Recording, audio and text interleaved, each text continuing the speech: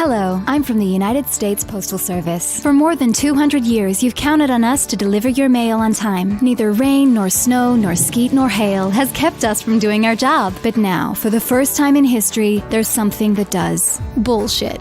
Introducing our new Postmaster General, appointed by the President himself. Does he have experience in running a postal service? Of course not. But he has many years' experience in donating millions of dollars to these guys. That's what makes him perfectly qualified for running the Postal Service. Off a fucking cliff. In just a few weeks, he managed to slow our deliveries down to a trickle, dismantle mail sorting machines across the country, fire and reassign our executives to sow confusion, and abduct mailboxes from your neighborhood. Bullshit. Thankfully, the bullshit was so egregious that it brought the nation together for once, forcing this stooge to back off. For now, bullshit doesn't just hinder the brave workers of the Postal Service, many of whom have given their lives to keep delivering mail during a deadly pandemic. It also makes it harder for you to vote in the coming election, an election in which millions more will use mail-in ballots to avoid standing in line for hours at a polling station during a deadly pandemic. Does mail-in voting favor one party over another? No. In Colorado, where most people voted by mail, Republicans flipped a Senate seat and won a majority in the state Senate. Is it open to fraud? No. As this big sack of shit admitted under oath, there's no evidence for concern about mail-in ballot fraud. Even this coven of corporate edgelords has said so. Again, in states that mostly use mail-in voting, fraud affected only a handful of ballots out of millions cast. You know what does skew the results of an election?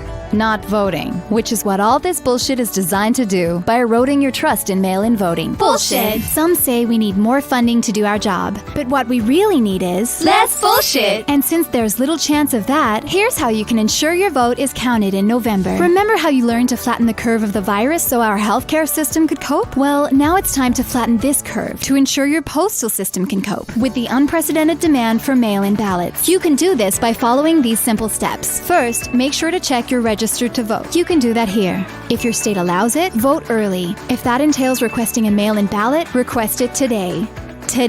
Complete your ballot carefully and mail it off as fast as possible to ensure we can get it in by your state's deadline. Late ballots won't be counted. Some states have drop boxes where you can take your ballot in person. Or fuck it, just go to a rich neighborhood and use a mailbox there. It'll arrive on time. None of this favors any one party over the other, but it will ensure that whoever wins the election, we can still claim to be a democracy after this November. U.S. Postal Service. We deliver for you in rain, snow, hail, and even bullshit. Authorized by the Department for Delivering Mail, and also arresting con men on luxury yachts.